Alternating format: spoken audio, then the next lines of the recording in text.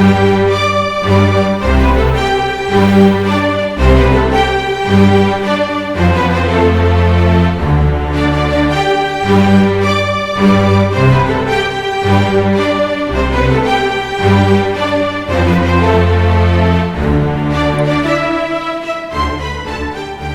Charles, welcome to the Class Wars episode of Sunday with Charles. It's my honor to be here in the Batcave, or whatever the right phrase Proper would be. nomenclature here. This is the Jedi, I don't know what. Jedi mind meld. It was great to see you in your holographic projection there on the Ortel. Well, sorry, that wasn't you. That was your distant relative from a galaxy far, far away, Ortel Wan Kenobi. Well, all I can tell you is he's going to be sending you a gigantic bill. You better make sure you've got a lot of currency ready for him. Yes, the jet fighter. And not to mention his parking bill. It's tough to park one of them around here. That's right. They charge you extra for an SUV and they kill you on the starfighters, right? Exactly. So, Charles, we've got a lot to cover today. What should we get to first here? Well, yeah, let's just explain to our audience that what we're going to do here is we're going to talk, we're going to provide context. We're going to take some time to get into this in some depth, which is basically giving you a simple way of understanding globalism, its effects, and economics without resorting to jargon, without resorting to complexity. We're going to take you through a hands-on, easy-to-absorb way why globalism fails all but the connected political families and their elite class. So we're going to get into that. But before we do that, we're going to start and orient our viewers by going to Google Earth and giving them a sense of how man alters the perception of man's importance relative to the rest of what's going on in Earth. Sure. Now, where would you like to explore on the Earth first, Charles? Well, I'd like to look at the Earth from space, if we can do that, and just twirl around a little bit. Oh, sorry. You know what? Let me do it this way for you, because I think you'll prefer to see it here on the... That would be easier. Yeah.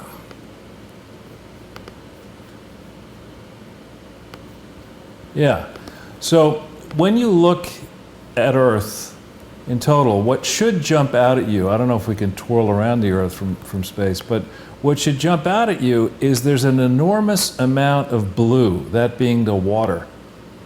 And when you look through the calculations that scientists make of what percentage of the Earth is covered in ocean and water, and what percent is, look at that for example, a whole big part of the Earth is just ocean. So the actual math works out to be that something like 70% of the Earth is covered in water and only 30% on land. Yet most human beings live primarily on the land. Charles, there's a surprising number of people who are upset with me for not discussing the flat Earth topic. What do you say about that? Yeah, I'm not much of a flat earther. No, me neither. No. So, when we think about this, for starters, we have to remember that man's experience is principally rooted on soil, and that the history of nations is all about the history of what happened on 30% of the Earth's surface. And economic activity, while it does involve trade, shipping goods and services by air and by sea, from points on land, it is principally wealth is centered on land, governance is centered from land, and we need to understand that bias when we think about what's going on our planet. Now, we might consider zeroing in to Barcelona. I've actually selected a lovely spot in Barcelona. There you go. Created by the artist/architect Gaudi. Now, here's the thing. Why is it taking them like 800 years to complete construction on this cathedral? Because there are probably public sector unions involved. Siestas. And siestas And from as well. 1 to 3 o'clock, nothing is happening in Spain. Yeah, that's a safe prediction. Well, maybe they'll get it done by 3000 AD. I think it's soon. I think soon they will have the Sagrada Familia completed. I remember seeing something about that. Well, right now, and perhaps the protests are quieting down in Barcelona because I guess they're 6 hours ahead of us, we've had a series of protests rocking the world, in fact, going pretty far back. You forget about the American Revolution, but if you go back to, say, 1989, you had the fall of the Berlin Wall, you had Tiananmen Square in China, then you go to the meltdown in the Soviet Union in 1992 and afterwards in Eastern Europe, then you move in to other changes around the world, the attempted European Union, and then moves to disrupt the European Union, the Arab Spring. What we see in this progress from the recent sweep of history, say 1970 to the present, we had this long embrace as most human beings with bigger is better. So you start with a city government, then a state government, then a national government, regional government.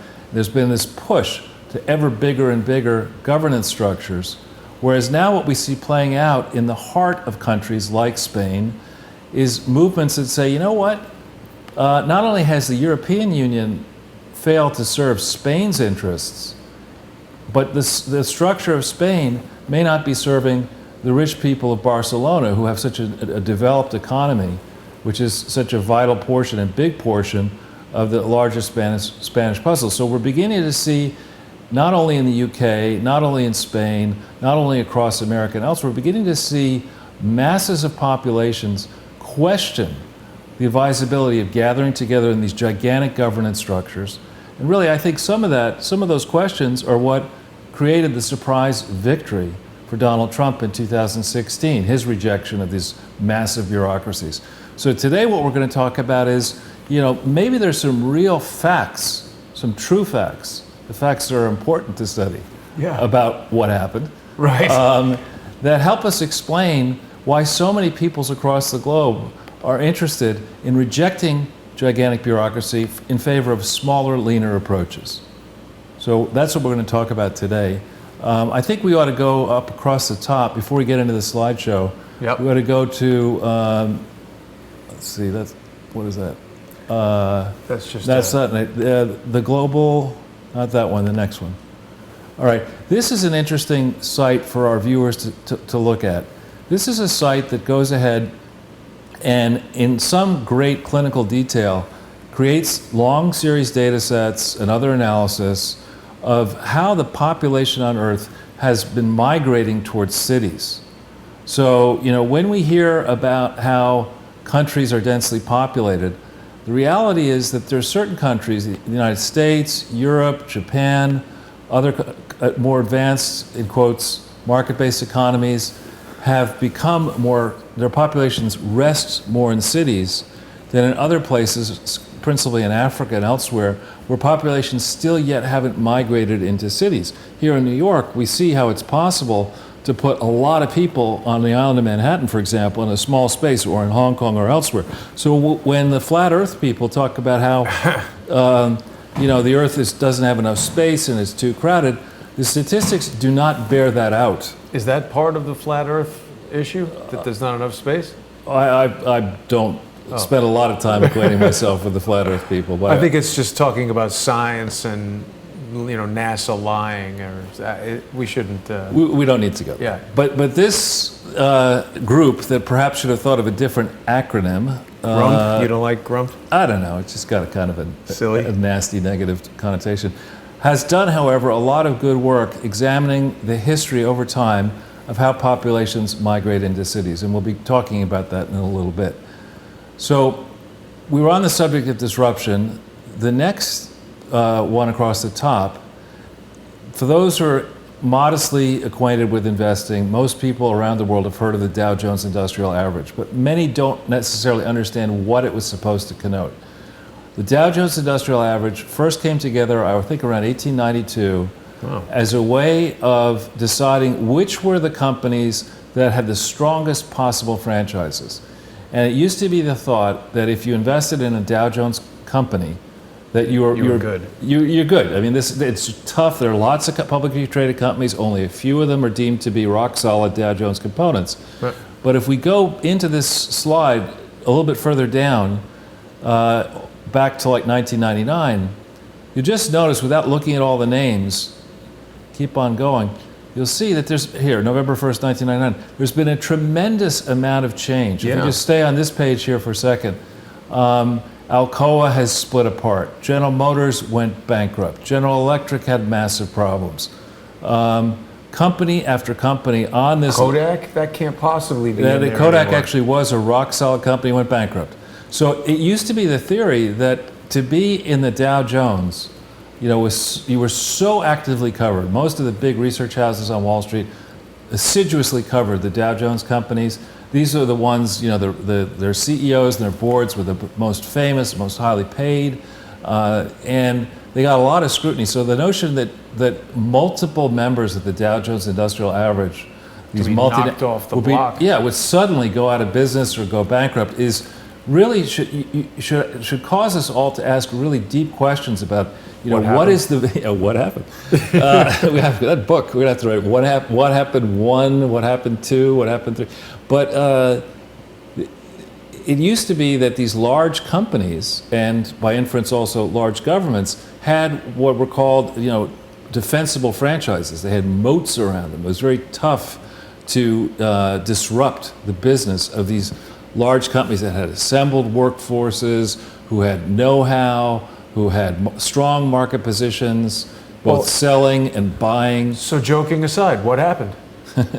What happened is that this entry from a heavily regulated set of national economies into a new world around 1988, 1989, where there is no effective regulator for the market, has created an opportunity for disruptors who don't want to play by the rules to aggressively eat into and destroy, in some cases, established franchises by frankly cheating. Well, what do you mean? I think Kodak went out of business because they weren't able to keep up with the digital imaging technology. Right, but General Motors and General Electric and other large companies that have highly paid, principally domiciled in the U.S. back then and Europe, expensive countries' workforces, began to be assaulted by upstart companies that would manufacture products and offer services from bases in countries that were lightly regulated, like India and China, where regulations on the books were not necessarily enforced, where people could, in the case we talked about in India and drugs and Rambaxi, not even test the drugs that are being sold around the world. That's tough for Pfizer and Merck, but they're still in there, aren't they? That was 99.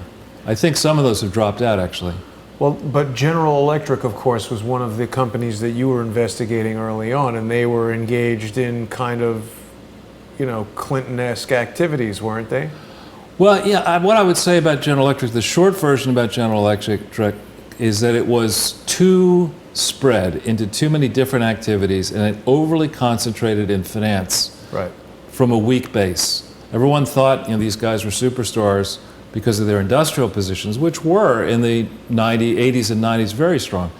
But to compete against the best and the brightest in finance with people who were really not that well trained and where the motives are suspect, you're playing for EPS gains, you're playing for option profits, you're going to get slaughtered, which is what happened to General Electric's finance business. It's weird. I mean, why didn't Goldman Sachs start making light bulbs?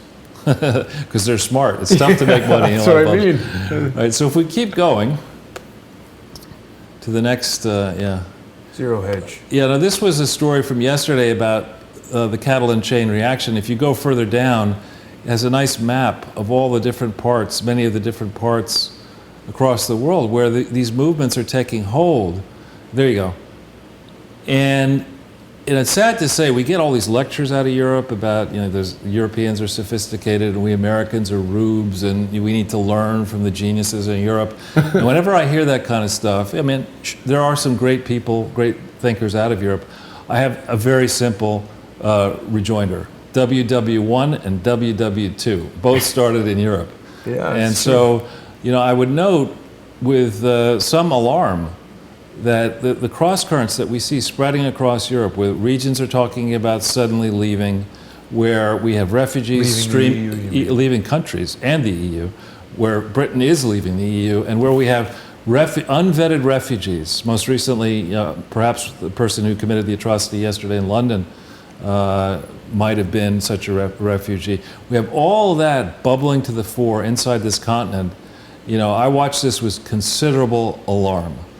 And it should be a note of caution for anybody who has money invested in the stock market that events in Europe could very quickly spin out of control. So if we keep going to the next one, all right, back on Barcelona, which I know you like it. I've been there only once, and I had a pleasure of spending 4 days there with my children and my youngest brother. But actually now going back 10, 15 years, most Americans don't understand that Barcelona has its own. People who live in Catalonia have their own language, their own deep-seated traditions. The art of Salvador Dali and Gaudí is really something quite special. Yeah. Well, I was there about 18 years ago, and I remember there were signs in Spanish and Catalan, and the Spanish friends that I was with, I believe at that time, said the Catalonians were terrorists. That was their perception of them. Right, because of the ET. Well, that's Catalonians terrorists or the other ones in the Basques? Oh, the Basques, right. The Basque guys were terrorists. Yeah, I don't think Catalonians. Not Catalonians. No, Not the as yet. Catalonians wanted to separate, but Basques, those were the terrorists. Sorry, I misspoke. That's all right. That's okay.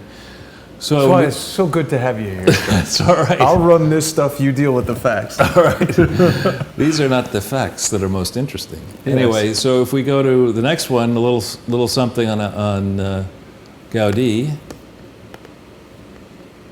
Also a very interesting character. You know what I found really interesting when I was in Barcelona? I'll bring this up also on Google Earth for people to enjoy.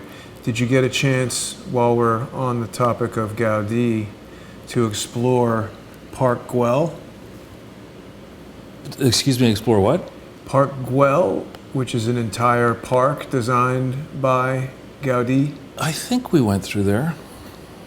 I haven't preset this destination in Google Earth, so it might be a little... All right. Oh, here we go. Yeah, that's it. That's it.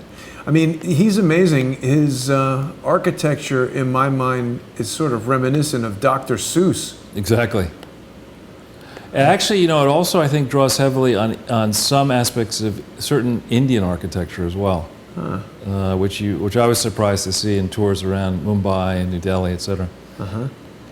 But maybe we should jump into the next one, which is one of my favorite paintings, and I think you like it too.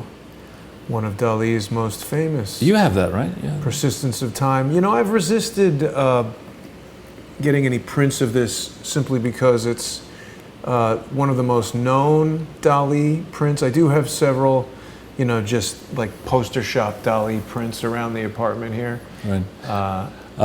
In the funny world, this is a bit of name dropping. I'm not going to say who this is, but a friend of mine, a relative of my ex-wife's, married into a prominent family in the UK, and we went on a tour and spent a day at this relative's castle.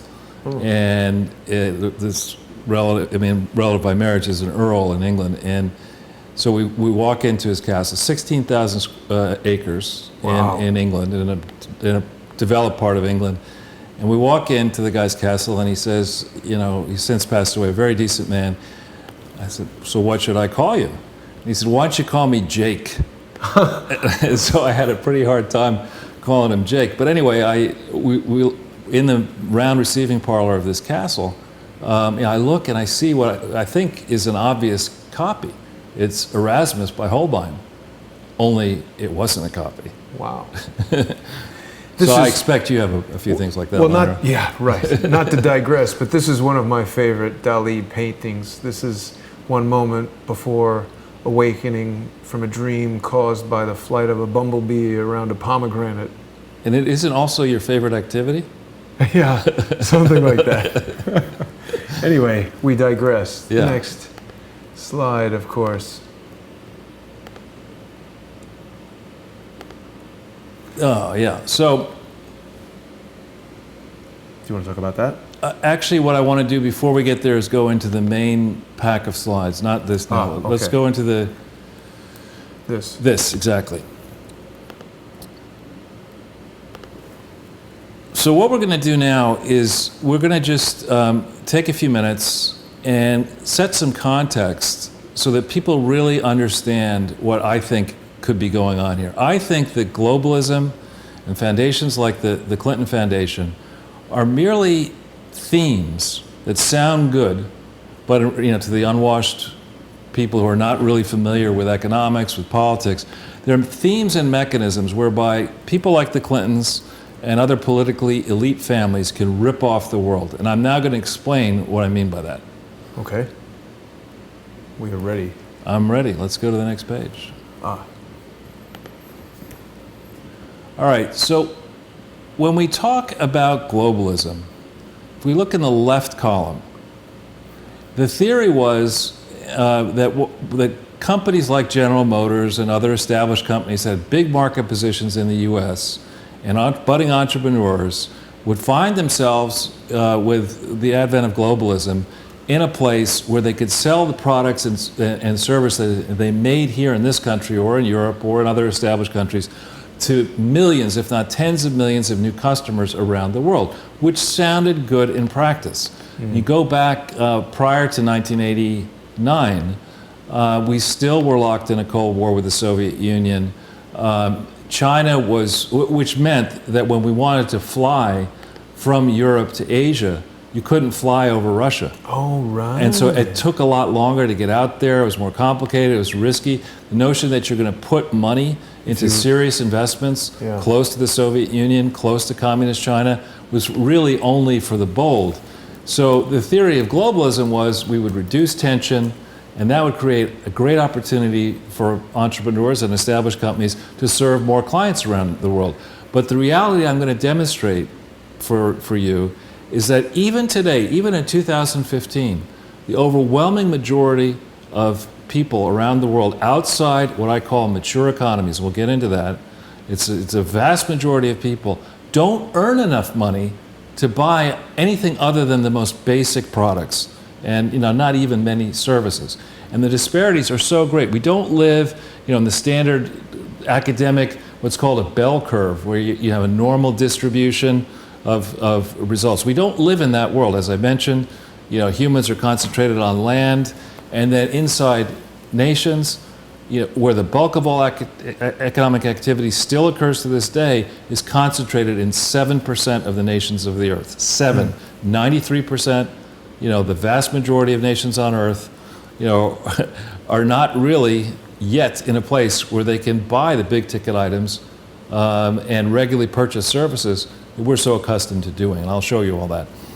Then the other idea, that adherents of globalism, and mind you, these globalism types tended to come out of consulting firms, banking firms, universities that all benefited from the theory of opening up the world, because for the universities, the law firms, the investment firms, that just meant more and more projects for the media operations, right? And the theory was that these businesses located in America and in other nations that are mature economies, they would protect their workers. They would protect the know-how. They wouldn't let it fly outside the country to be copied, because it was, in theory, in the interests of these companies to stay and produce things here.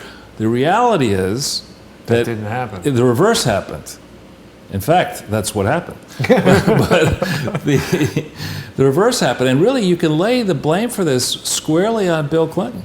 Because a lot of this, the project to replace high-cost workers in mature economies with less expensive workers and with technology outside this country, really was propelled forward starting in around 1993 by Rajat Gupta and McKinsey, who, when Bill Clinton shifted policy in this country, his administration, away from Pakistan, or as Obama would say, Pakistan, to favor India.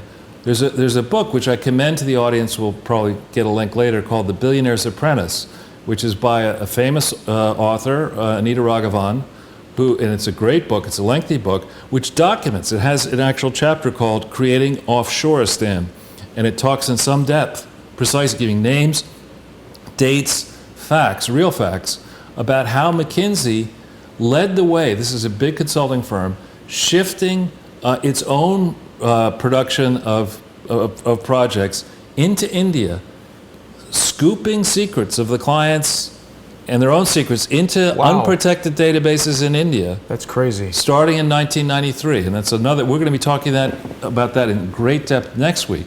But the reality is that globalism, in fact, has devastated the American worker and the American economy, in my view.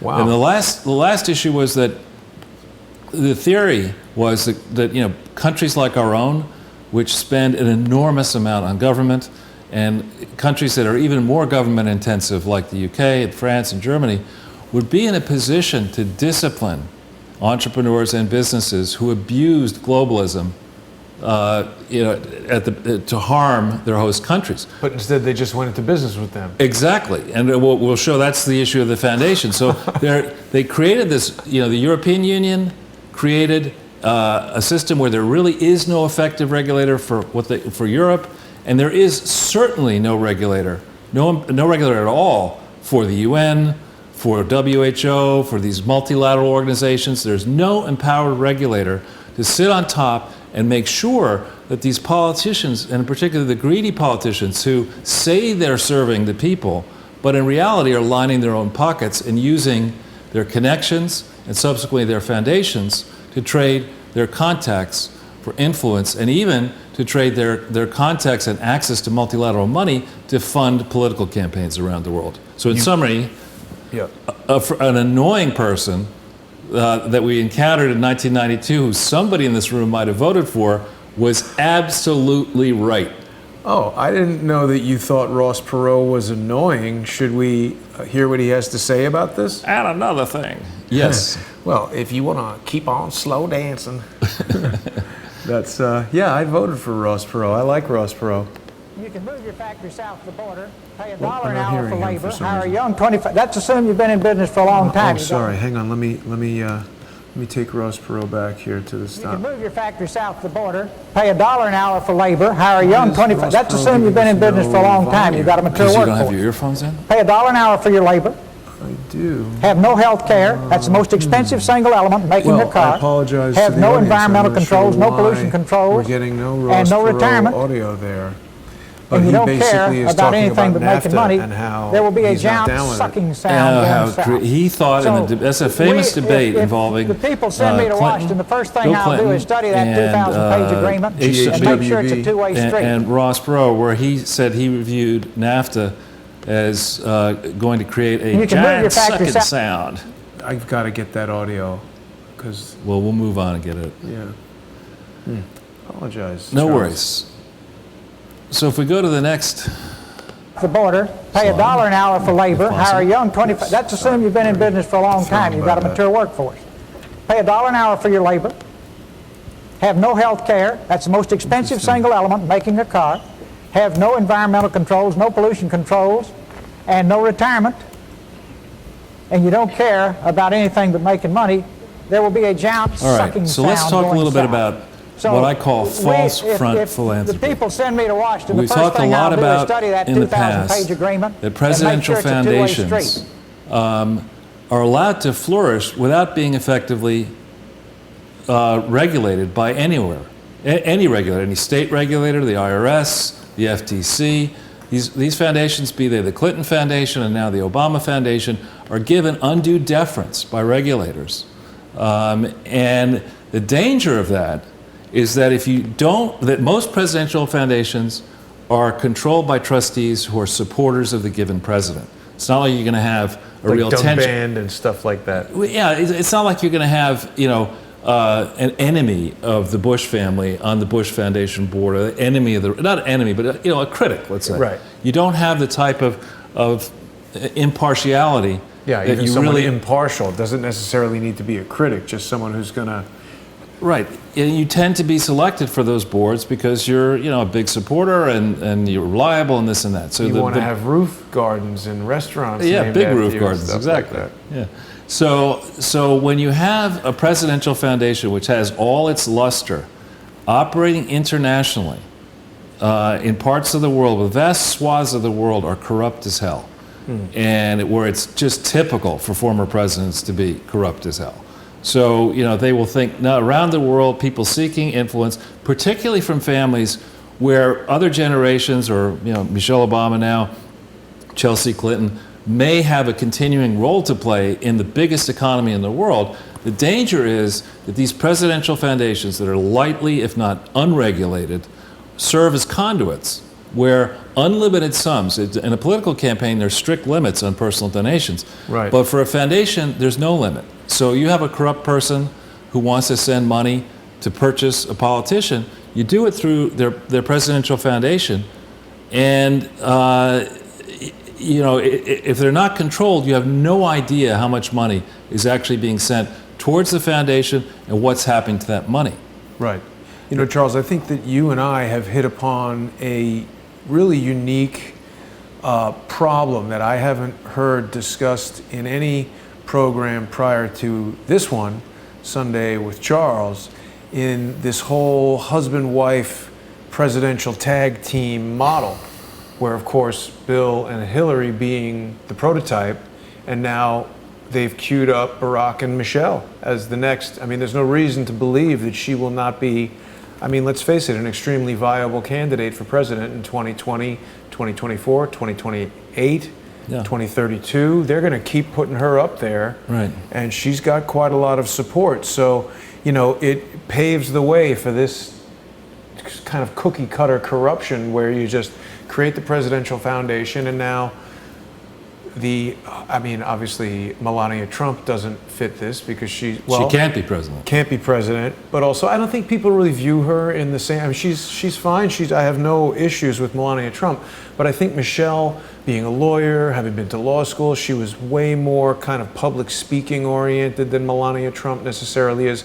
Everybody associates Melania Trump with being a model, not necessarily an academic, and that's not to say that I don't think she's intelligent, but definitely Michelle Obama is being positioned as a candidate of the future. We've already heard chatter about it, and they're just going to try to funnel money to the Obama Foundation to gain influence. Which is why they really need to be regulated. Yeah. And so the second set of issues is that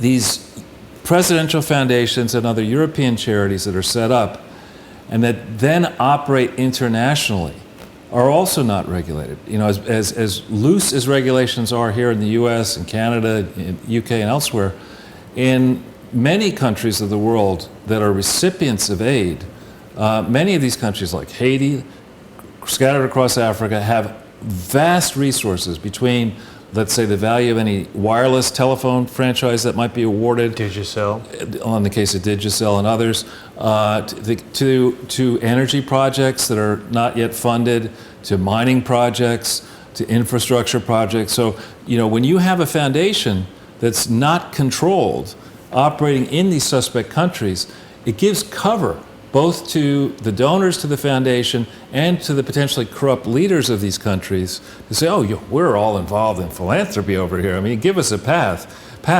You send money into the foundation, and like a roach motel, the money goes in and you don't know where it's going to end up. I thought it doesn't go out. It doesn't go out, exactly.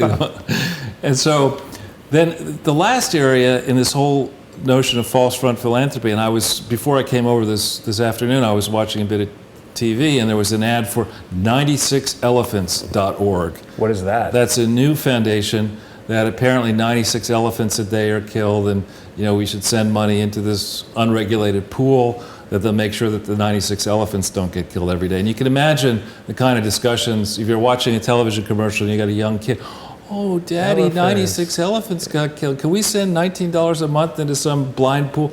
And so these multinational government organizations, UNICEF, UNAIDS, UNITAID, the World Health Organization, they were set up not to be regulated. And indeed, they're set up above national law.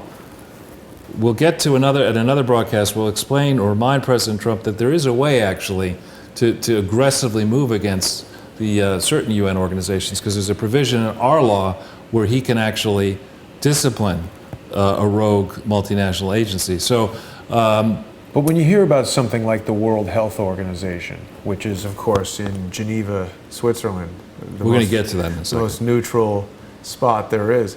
It just sounds like, what could they be doing that's not good? Right. Well, these are great, the people who invent the names of these things, it's like, United Nations. Who could be against that idea, right? Right. It's not the divided nations. the League of Nations, they all sound wonderful, but none of them have the checks and balances that are required, and all tend to operate around the world under the cover of this immunity, this diplomatic immunity. So what these can be used for, and what we're going to demonstrate in the course of multiple broadcasts, the national politicians like the Clintons, like the Bushes, like Tony Blair and others, think that they're really shrewd, and they are shrewd politically, but they're up against the toughest sharks in the world who really get math, get the value, get what something is actually worth, right? So they think, these politicians think they're being really smart, lining their pockets with book deals and speech fees and this and that, when in reality, Getting raked over the they're coals. getting raped by donors who give them what they consider to be small amounts of money, 1 million or so, or 5 million or 10 million, to get back benefits which number in the billions and tens of billions. Well, but let me offer this, because, I hear what you're saying. And also, see, I find it very interesting, because I know that you give fantastic advice and you have amazing analysis of stuff, but you also come at it from the standpoint of someone who is one of the greatest financial minds, arguably. No. Analysis-wise, I mean, I hold you in very high regard. And the thing is, you look at it in a very impartial, like, this person's getting 5 million to give away whatever, but that's one person getting the 5 million, and they don't care if somebody controls the cell phone network in Haiti. Bill Clinton doesn't have the ability to build a cell phone network in Haiti, but now he's got $5 million or whatever it is. Well, but there are strict laws on the books that need to be enforced about government officials. Not if you're Bill Clinton. Yeah, it's true. Yeah, that's right. So if we go to the next slide. Yeah. All right, here we can get back into Google Earth, and maybe you've positioned some of this, but when we think about, if you were truly a do-gooder organization, and wouldn't you, to lessen inequality, think about having your headquarters be based in a poor country, so that the costs of employing people and of managing this organization, in theory, would be lower by siting the world headquarters of, let's say, the UN in, to pick just one nation, Karachi. And I've had the misfortune of going to Karachi once in my life. I'll never go back. But you contrast what's going on here in New York and the fact that so much of the UN and so much of these ambassadors and consulates or whatever are in one of the most expensive cities in the world here. And what has the UN actually accomplished? I mean, forget about, we prevented this and we prevented that. How many wars have we had around the world? Well, the UN is in them. They have their own, army, don't they? I know, it's a profit center.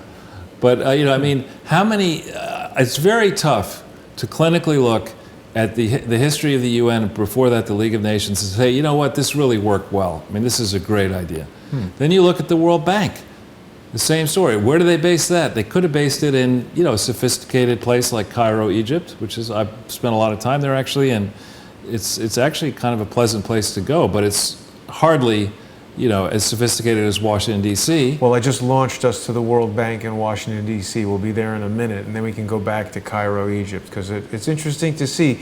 The other thing that I noticed just in setting these things up with Google Earth is that the level of sophistication of the models that they have in Google Earth also varies depending on how important your city is. Like here, where Washington, D.C., almost all of the buildings have 3D models, and we can, get sort of very, very detailed views of Washington, D.C. But as we launch back to Cairo, Egypt, and Karachi, Pakistan, it's pretty limited. There's just a few buildings that people. I think it's kind of open source. People design the buildings and upload them, or something like that. Maybe Google makes them. I'm not sure. Right. But and then so much of the UN apparatus is actually based in Geneva, Switzerland, one of my favorite cities in the world. But I mean, to talk about expensive, Geneva is prohibitively expensive.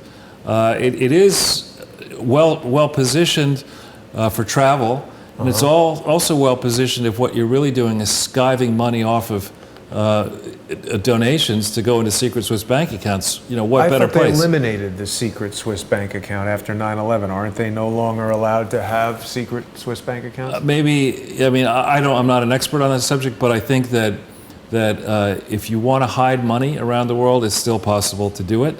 and maybe not so much in Switzerland, but it's certainly possible to do it.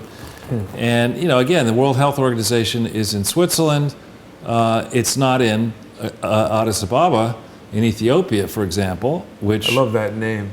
yeah, I mean, I've only been through that airport once in 1977. In Ethiopia?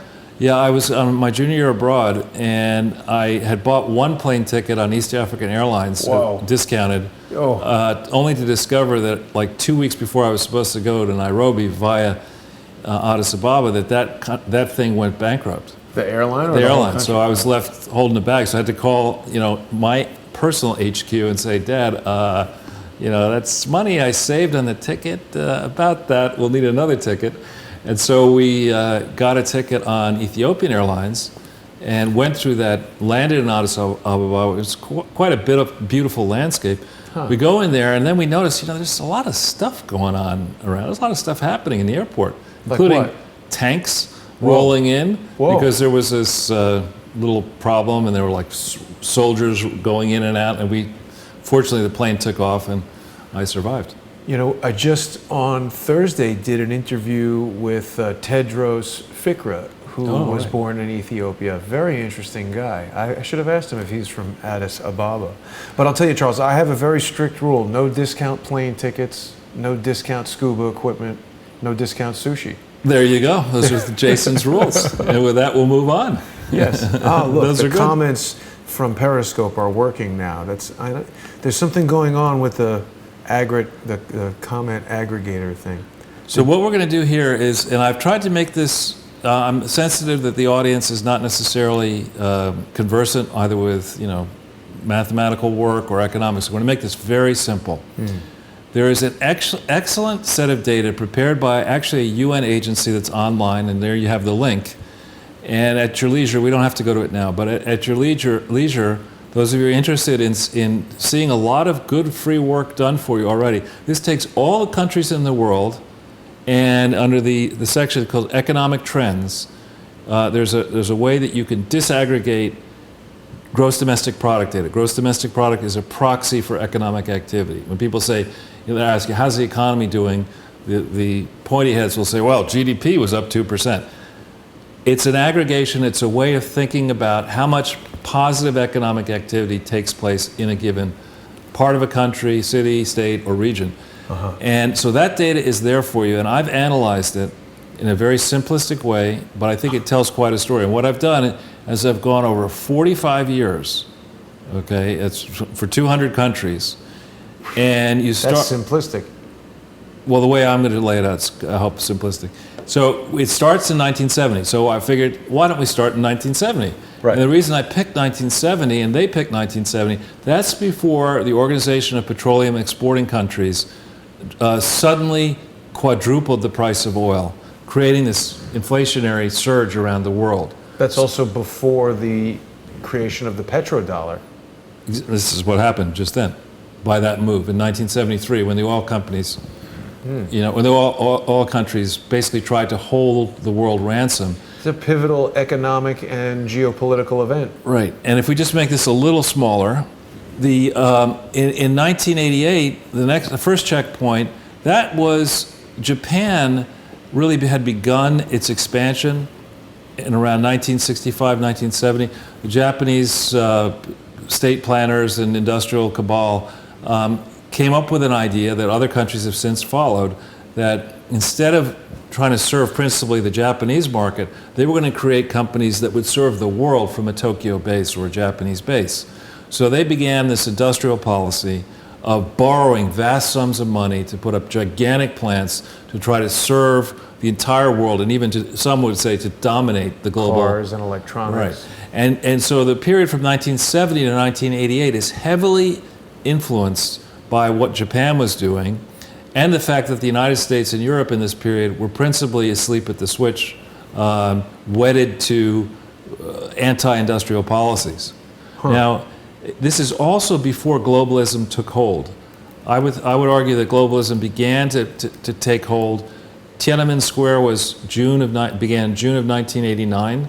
That's when the guy China in front of the tank. Right, and then the Berlin Wall fell November, I think, 9th in 1989. So we first checkpoint 1988. Second checkpoint, we have people rushing into globalism. We have the first internet and tech bubble occurred at the end of 1999, early in 2000. So this period, 88 to 99, is a period of rapid economic growth around the world, right? Then you go to the third checkpoint, 2007. That's Should I where show that Tiananmen Square tank man? you don't need to do that because it's going to take a little time to go into the. Sorry. So the third checkpoint is the previous credit bubble. 2007 really was at its peak during 2007, and it popped in 2008 and 9. Now the final checkpoint, the most recent data that we have, is for 2015. But I will argue today and afterwards that we are in the middle of now a worse situation than 99 and 2007 because we got both going on at once. We've got a credit bubble and a tech bubble, and they're starting to blow up. What's the tech bubble now?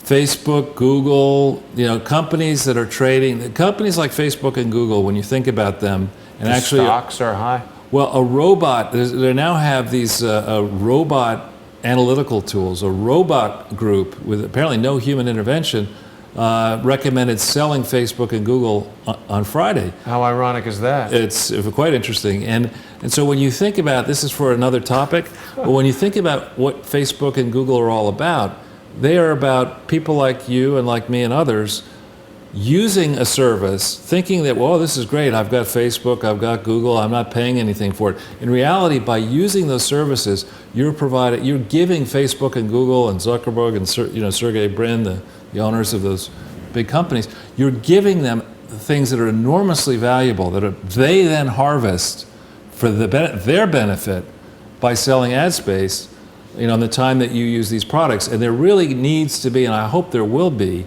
a bipartisan effort to take a look at Facebook and Google and other business models like this where you think you're getting something for nothing, but in reality you're giving away a lot more than you're getting, and there's no regulation of it. That's for another day. Well, what would you anticipate? Okay, another day. Yeah, but so this is what I've done here is I've thought about this period, 1970 to 2015. I've considered the results, the report card, for 200 different nations. And rather than going through the laborious work of saying, let's create an organization to study all 200 countries very closely, as UNCTAD does, what business people, what entrepreneurs try to do is there a way of getting the answer to what's going on quickly by focusing on a smaller subset of the big problem? And I believe we've got that for your viewers. So if we go to the next slide. All right. I tried to keep, you mentioned to me that you're a big fan of small numbers. And I think our viewers are big fans of small numbers. I felt that 1 was a small number and that 2 was also a small number. So this is, what I've done here is I've taken the populations in the United States, in some what I call mature economies, that would be Japan, Germany, UK, France, Italy, Canada, Spain, and Australia, and then China, and then the maturing economies, just a few of them, India, Brazil, and South Korea. That's 13 countries out of roughly 200. It's actually more than 200, but we'll just call it 200. And you see here that the United States, our population went up by 53% between 1970 and 2015. That's not very rapid growth at all. But these other countries have grown very, very slowly. These are what I call, in other work, gray zone countries. These are countries where people have elected to have very few children, and where, because of advances in medicine and other reasons, lives have been extended. So the population component of these countries has been tilted towards the aging group of people who require care, don't spend that much money, and die sooner. Going to die sooner. Well, actually, they're living far longer than people expected. So what you have is people, let's say, if you thought you were going to live to be 65, but you end up living to be 90, right, and you haven't saved properly.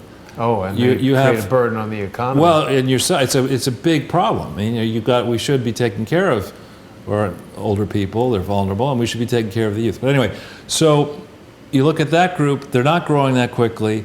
China's growing a little faster, actually, even though they've had this one child policy for a long time. Right. India, and Brazil, and to a lesser extent South Korea, are growing even faster. You add all those up, they grew at 79% in this 45-year period. But the other countries, and as we'll show, these are the poorest countries in the world, in the main, grew the fastest.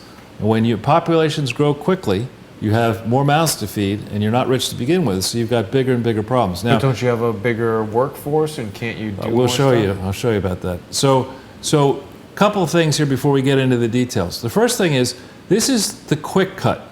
I have a way of doing this that refines it even more by looking at more like 40 countries. But just to keep it simple, we're focused on 13 countries, and it explains the bulk of what was going on in the world from 1970 to 2015 economically. The next thing to consider before we get into detail is that people in this audience are used to the comforts of the United States of America in the main. You know, we're 100% electrified.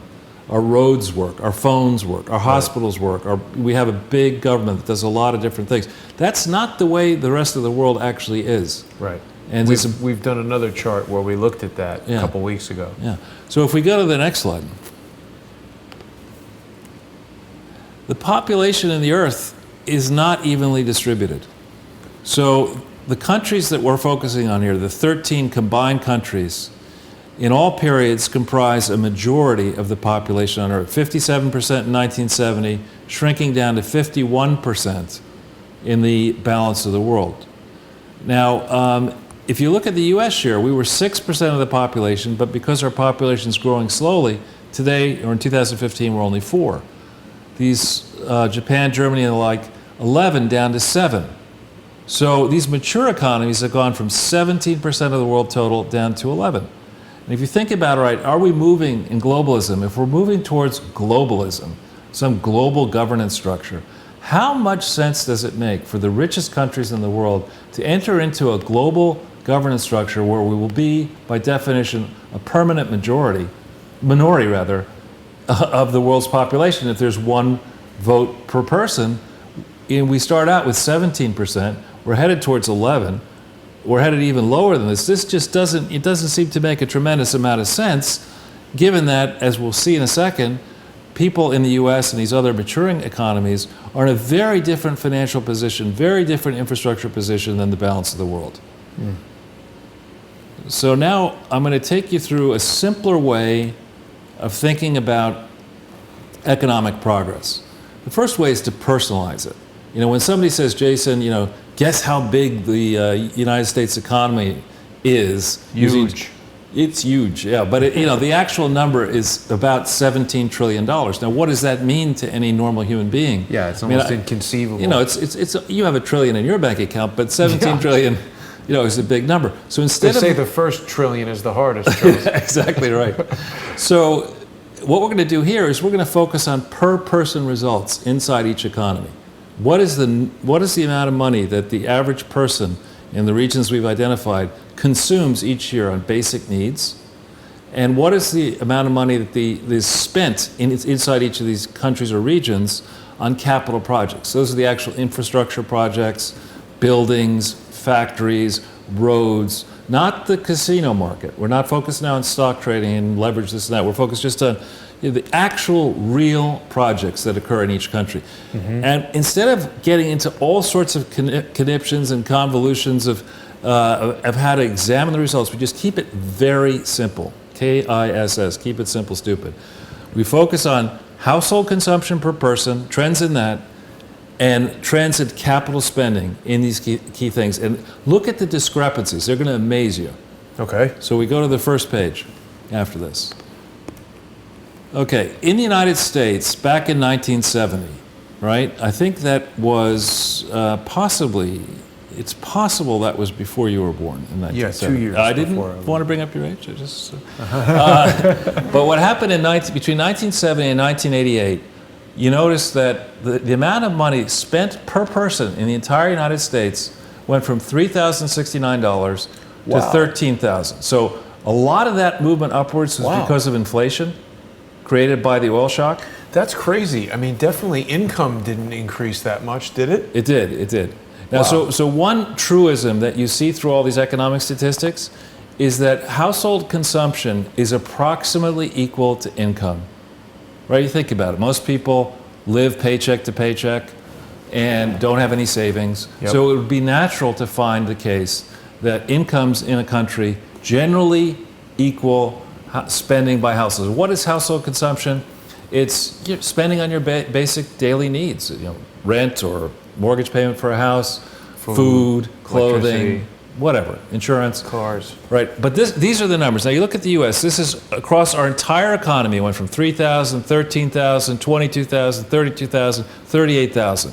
So Slowed down quite a lot. the growth rate has slowed down, and this is in U.S. dollars of the period.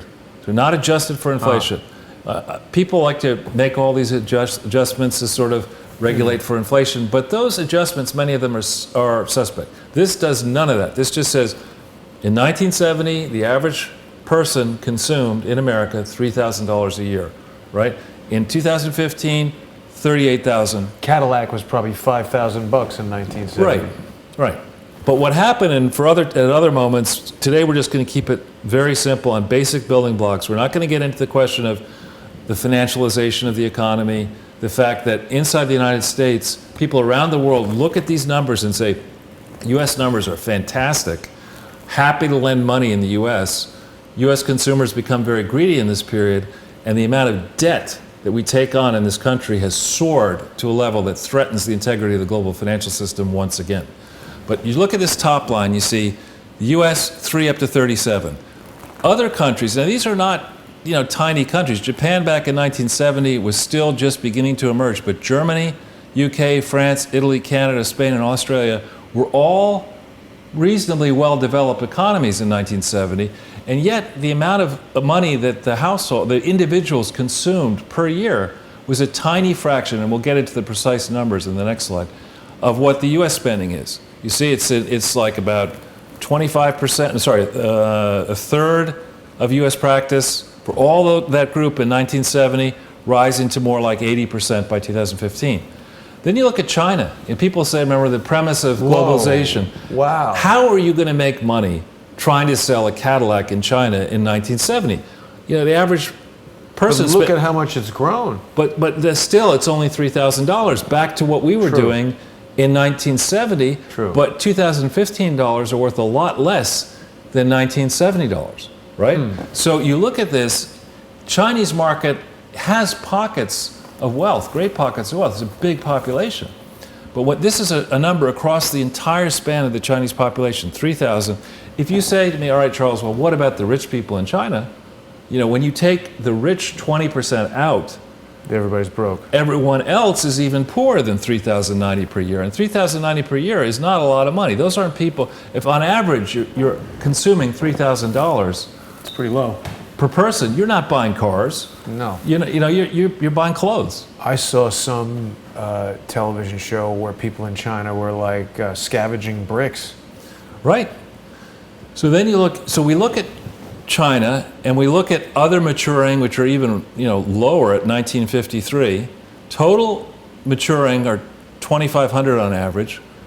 The combined level of consumption has only reached $8,000, and all others, are down at very low levels by 2015. So what does this mean to the average person, Charles? What this should mean is that the premise of globalism, that we should embrace globalism because what it's going to do is allow us to sell more goods and products and services internationally, is rubbish.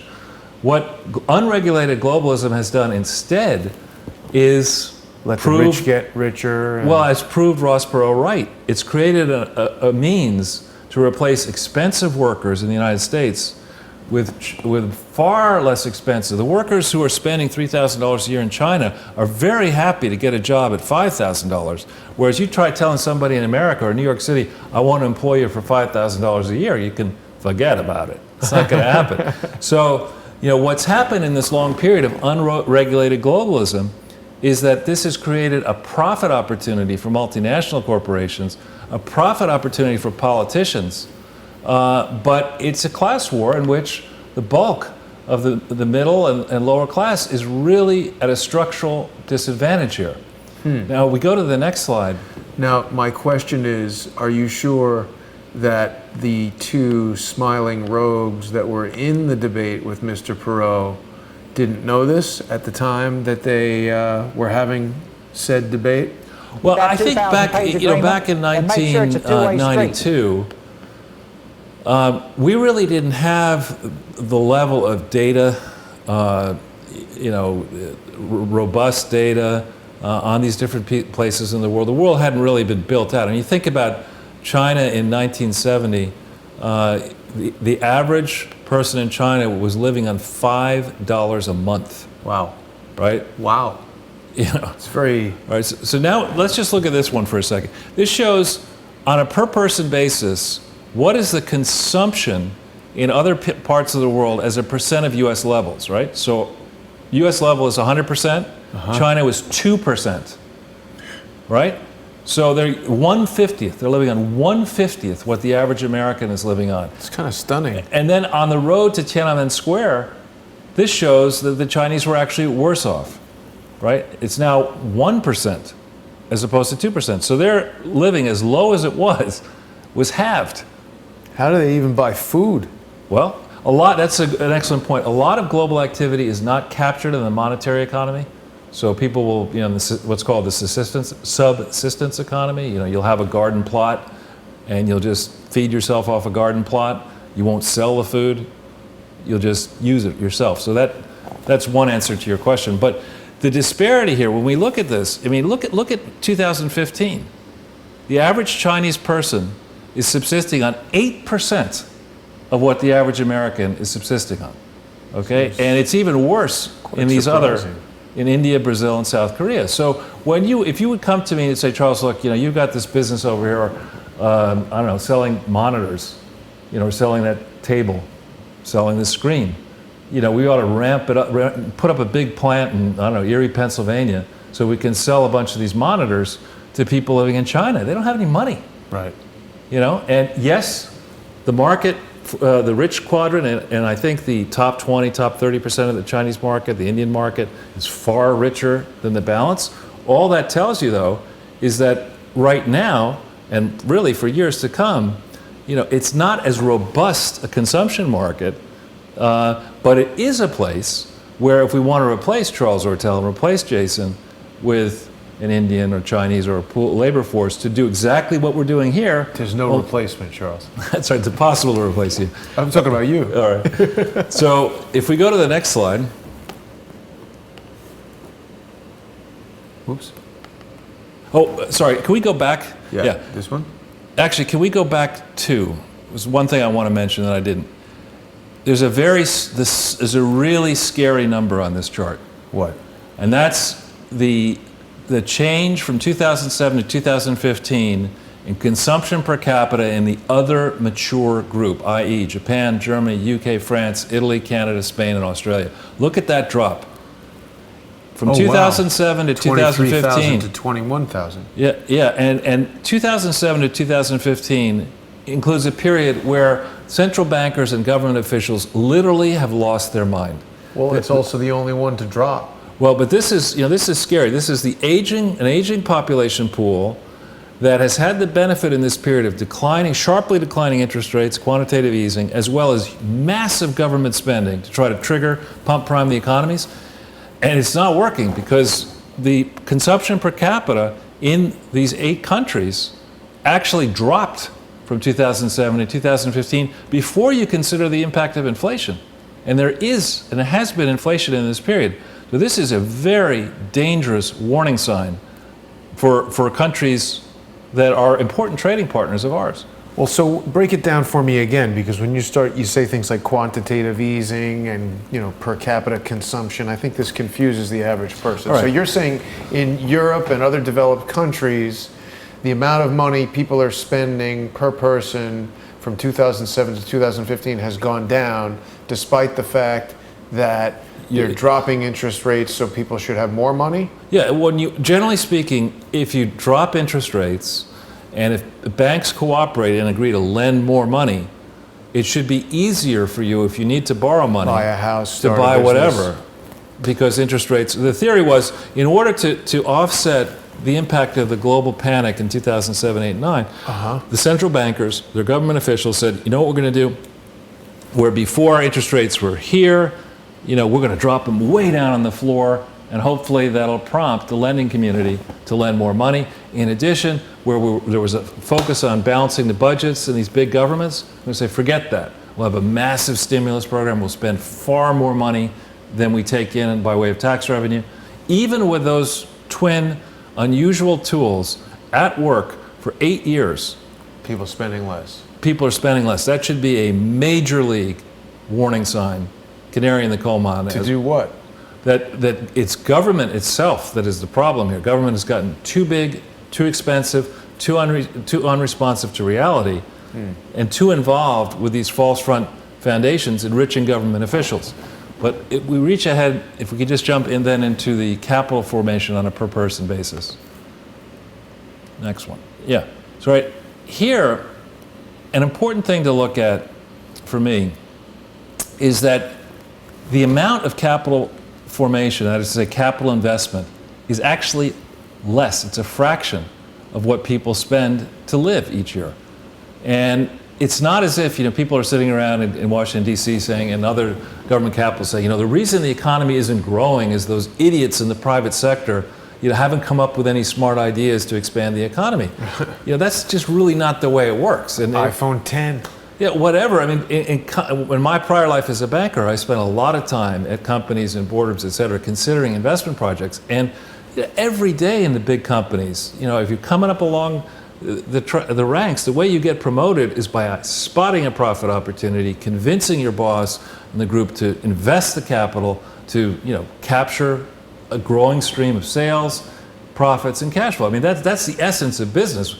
People are constantly thinking out how to do that. And what's happened because of technology and other reasons is you don't need to spend as much money as you used to. I mean, to do what we're doing now, right? Back in 1988. Huge studio. Unions, you name it, capital investment. It would take forever to get this kind of a project done. No, you're right. And you don't have to do that now. And I think that's probably the wave of the future. It's going to get ever and ever cheaper, less expensive to do anything, and therefore, a lot of meddling and central planning by these government officials, who many of whom have no experience in the private sector.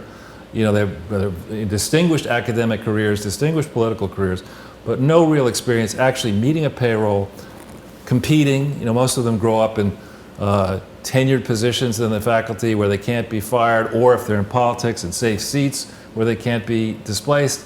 They know nothing about rough and tumble competition by the rules, whereas the private sector does know. And this is a very sobering chart. Again, if we go to the next one, it shows, look at how small the capital formation per person, capital investment per person is in a place like China. It was 3% of what the average American spend was. Well, it's much bigger now. But still, it's only a third of what we spend. And how come the U.S. has remained flat? Well, this is because I gamed everything to the U.S. is 100%. Compared to the U.S. Every other nation is at a far lower level of capital spending. Now, we talked about the Dow Jones. Wow, look at this, though, in 1988. That was Japan. That was Japan ramping up to try to compete, and it didn't work. And we'll get into this in another show, but one of the reasons this didn't work, the capital spending didn't work, is that the productive capacity of the United States is so large. We've been operating, we've been very big players in manufacturing and services for actually more than a century. We have a rich country, a lot of infrastructure money has been spent already. When you try to measure the capacity of an advanced economy like ours, by modest change, take, for example, Uber, or however you pronounce Uber, and what's the other one, Airbnb, modest changes in the way in which we choose to operate our advanced economy can dramatically increase the capacity. What do you mean, though? What do those two have to do with that? Well, if we're operating at a fraction already of our rated capacity in this economy, right?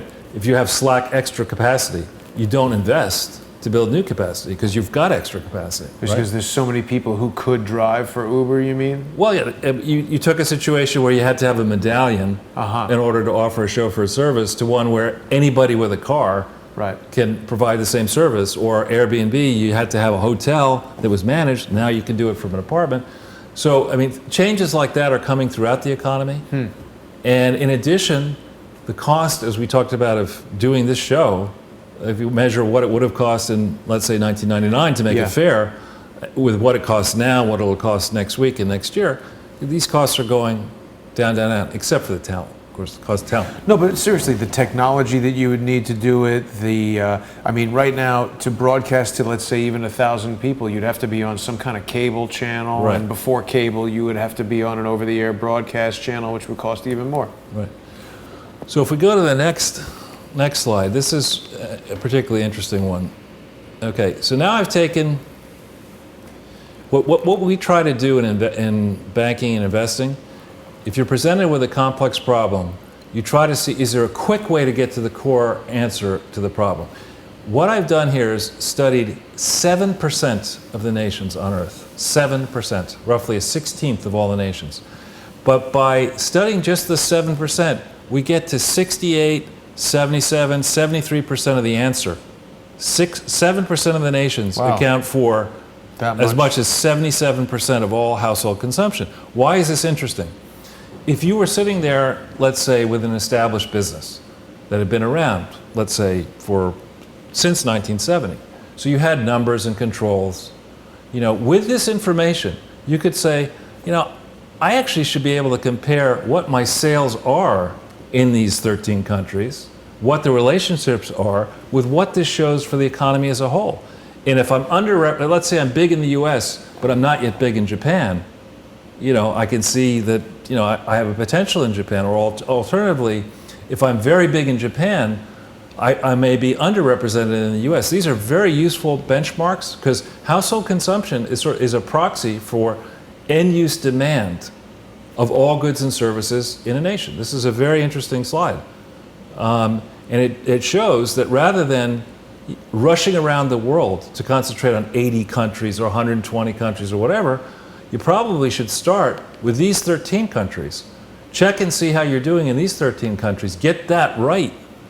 And then migrate into the next cut, which I can do and others can do, of, say, 40 countries. But too many businesses around the world. I know I did some work with Shell Oil 20 years ago, and I remember the head of Shell Oil telling me, it's amazing that I asked this person what percentage of all the country operations of Shell made money. And to my shock, they said, well, only about 10%. So why are they even in those other countries? Well, just because they felt they had to be. They've been a Royal Dutch Shell. We've been around for a while. We have this gigantic bureaucracy. And so in the modern age, I would think that would be like a deadly spiral that would cause companies to abandon those less financially capable countries and just not do business there. Well, again, when you're, not to pick on Shell, but when you get in these big bureaucracies where it's not Jason Goodman's money, it's not Charles Ortel's money in the company, it's some faceless shareholders have put the money in, and you're never going to have a big percentage of Shell Oil, so you don't really care about the stock price. You just want your perks. You want to be the president of Shell Kuwait or Shell Paraguay or whatever it is, with all the trappings that come with that, and you end up with a very political organization that fails its shareholders. We just keep going to the next one. So the same stories, you look at the entire world capital spending, that's what this is. 7% of the nations in the world account for almost, in 1999, 80% of all the capital spending. And this capital spending, by the way, is government and private sector combined. So what is capital spending? Capital spending means buying a building, putting up a plant, putting up a road, putting up an airport. It's spending on long-lived projects, infrastructure projects, and business projects. Okay, this is what, when you hear the politicians say, these private sector people are not spending enough. They spent more money, we have more jobs. Or you end up with the Big Dig project up in Boston where people say, we need this big road. So we'll just open up the floodgates and spend money, and nobody will check how much money we're actually stealing in these construction projects. But this says that you don't need that fancy building in Washington, D.C. and the World Bank. You can downsize, you can forget about, focusing on 93% of the countries on Earth. Just get it right in 7%. And you'll see a lot more clearly what's actually going on, what's happening in the world economy. So this tells me anyway, and for the other reasons that we've discussed, that globalism, this idea that you can't know truth unless you know everything that's going on in every country in the world, that's great in the faculty lounge at Harvard and Yale and Princeton. But in the real world, in the streets, with people, the moms and pops and grandmothers and grandfathers who are running businesses and trying to sell products and services, no, you don't need to be an adherent to globalism at all. We got one more slide, I think. So, as I started to say, if we're trying to figure out how to streamline large organizations and governments, a focus that should be considered is you could start in these 13 countries. If you want to widen the focus to say 40, you're going to get close to 85, 90, 95% of the answer by just focusing on no more than 20% of what's going on around the world. You don't have to, create this cumbersome, gigantic set of task forces to make sure you've got ambassadors everywhere in the world and experts on every other part of the world. Focus and get it right on the core, on either the 7% or say the 20% of key nations. Then the next point is that when we're thinking about action in business, if you're thinking about selling products and services, you want to go where the customers are. You don't want to set up, this gigantic factory to serve the global market, when in fact, only a small portion of nations on Earth have people in them who can actually buy your products and services. So there's a message for demand. And on the question of capital formation, wealth, there's even more wealth than there is annual economic activity, because people have been wealthy on this planet for a long time. Indeed, some families can trace their wealth back to before 1000 AD. So there's a tremendous amount of wealth looking for good projects. Where does this wealth want to go? It wants to go in countries where the laws are trustworthy, where they're even-handed, where there are sensible regulations, and there's some semblance of control over markets. The U.S. is one of those countries. And Donald Trump is actually onto something very important, in that relative to the ideal, perfect markets with great regulators and all that stuff, relative to the ideal, the U.S. is far closer to being in the right place than so many countries on Earth, which explains why so much money floods into our country, for investment projects. On the other hand, investment projects outside the mature markets tend to concentrate, I'll list some of them: telecommunications, energy, extractive industries, and infrastructure.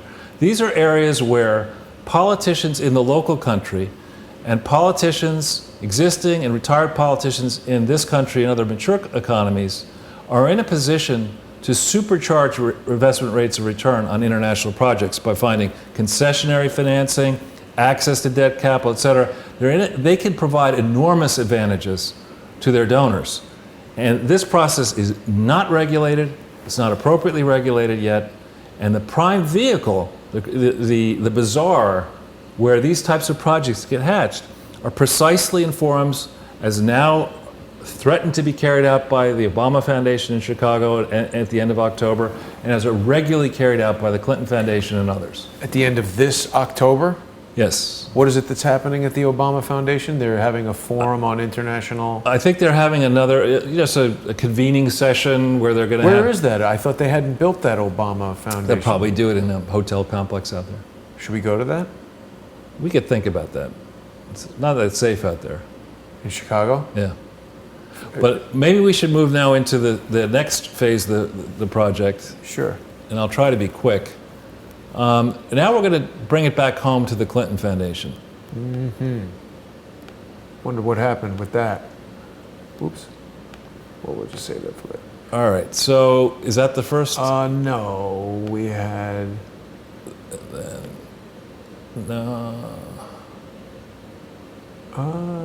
Well, this. Yeah, that's it. All right. So what we've done here is Jason has created a countdown timer to a key event. And we're going to have this, ideally have this timer up somewhere. Charles's birthday. It's not my birthday. What is this time? What is this counting us This down to? is the here? final filing deadline that the Clinton Foundation and its Board of Trustees and its professional advisors has in respect of the 2016 tax year. And as I did in 2015, I'm now putting them on notice that either the trustees and professional advisors of the Clinton Foundation and all of their various affiliates are reckless and don't care about the law. I think that might be possible. Well, that's a very dangerous thing, to be judged reckless, because if in a court proceeding they're found to have been reckless and recklessly engaging in fraud, then the penalties are extremely onerous, particularly for people who are lawyers, who are required to engage in compliance with the laws, et cetera. So I'm putting, and we're putting, the Clinton Foundation and, in fact, the Obama Foundation and other allied donors to the various foundations on notice that November 15th, 2017 at midnight is a very serious filing deadline, where for the Clinton Foundation, they have to get their tax returns and all the related attachments amended to comply with the law by that date, or they will compound their myriad felonies. What's the alternative if they're not reckless? They're incompetent? Seriously, it's reckless or what? Incompetent is a good word. Criminal is another word. Because, you know, I can think of a guy who is a lawyer for our friends who might be, I don't know. What happens if a lawyer is determined to be reckless or incompetent? Well, I'm not actually intimately familiar with that zone, but I believe that lawyers can be disbarred. Oh, yeah. And lawyers can have to surrender their law licenses. I think Bill Clinton had to surrender his Arkansas and his law license before the Supreme Court of the United States. Do you know what Chris Gowan told me his core competency was? Finding a cola? Yeah, Diet Coke retrieval. He's highly competent in that field. Did he just steal the colas or did he pay for them? I don't know. We could ask him. The next time I see him, I'll ask him that. He's got a lot of dumb answers to my questions, I can tell you that. You could provide him with a Gillette razor, too. All right. So if we could go to the next one after that. All right. So this is a publication, trustees of the Clinton Foundation and their professional advisors, that I would encourage you to read and refresh your recollection.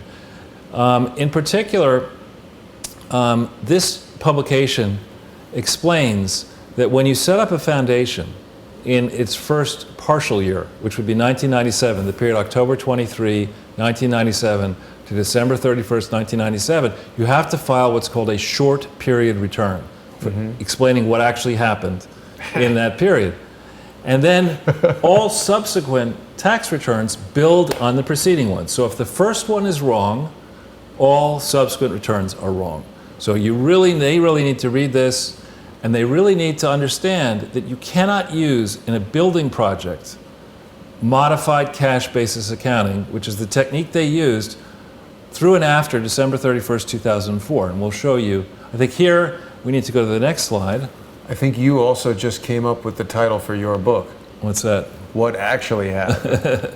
All right, we don't need to go and hit this link, but if you go a little bit further down, you'll see that audited financial statements in IRS Forms 990, okay?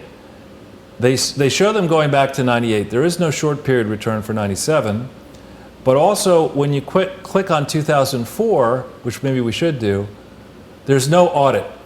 The audit for this year is intentionally omitted, okay? Now we have found that audit, and on the, I don't know where it is in this thing. It's at other email. Oh no, I know where it is. I got it. Hang on. Yeah, here is the missing audit for the William J. Clinton Presidential Foundation, Inc. Notice that they state that they use modified cash basis accounting. That basis of accounting is not allowed in the United States of America. You're not allowed to use it the way they used it. Wow. And the actual missing audit that's not on their website, but we found this one in the Commonwealth of Massachusetts. Notice that it refers to the William J. Clinton Presidential Foundation, Inc. Okay? What's the significance of that? I'll show you in a second. Then go down to this letter. Look at the date, Jason. What is that date? Is it by chance 30 June 2005? It does appear to be. All right, yes. then look a little bit further up here. It's addressed to who? The board of directors of the William J. Clinton Presidential Foundation. Well, Inc. how could it exist on that date? Because in a later filing for 2005, they claim they changed the name of the foundation in April of 2005. Right.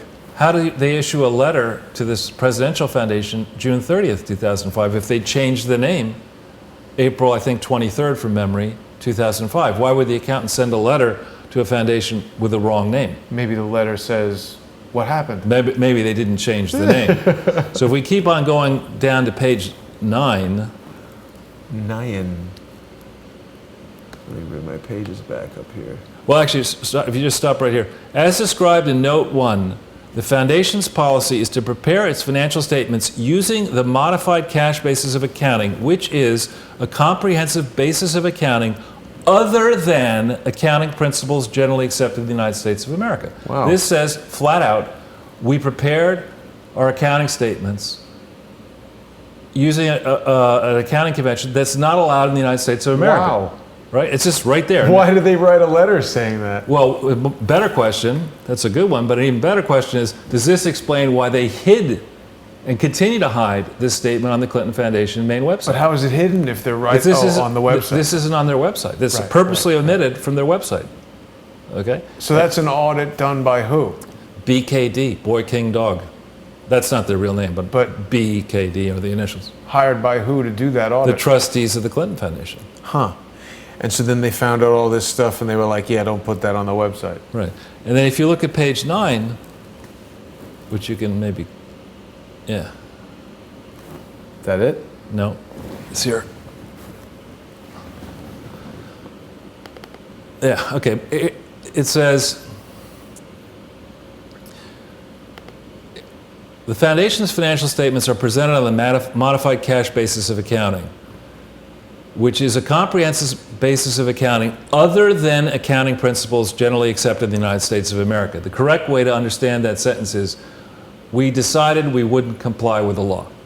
Okay? Yeah. And the reason you don't use this is sort of explained. It says, therefore, it says revenues are recognized when collected and expenses are recognized when paid. Okay, so that means if somebody makes a pledge or even a binding commitment to give you money, you don't have to recognize that as a receivable. And if you enter into an expense, an agreement to spend money, but you haven't given the vendor cash, you don't have to record that as an expense.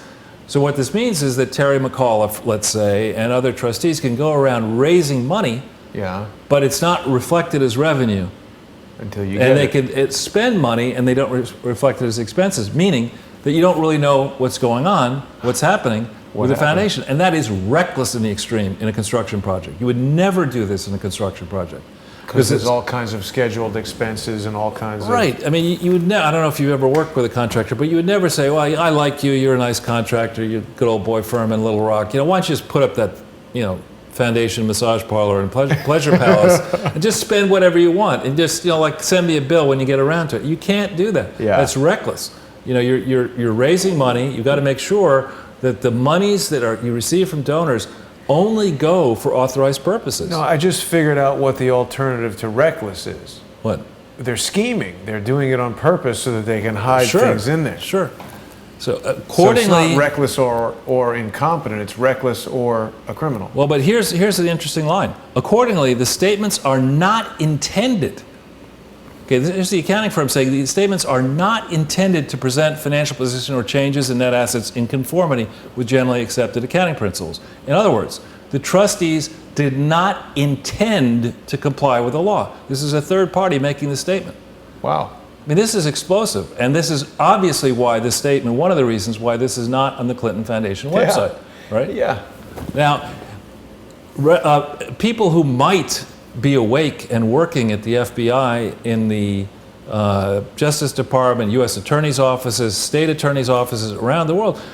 These financial statements are available on the Commonwealth of Massachusetts website. They're also available going back to 2001 there and in the California Registry of Trusts. You can find these statements.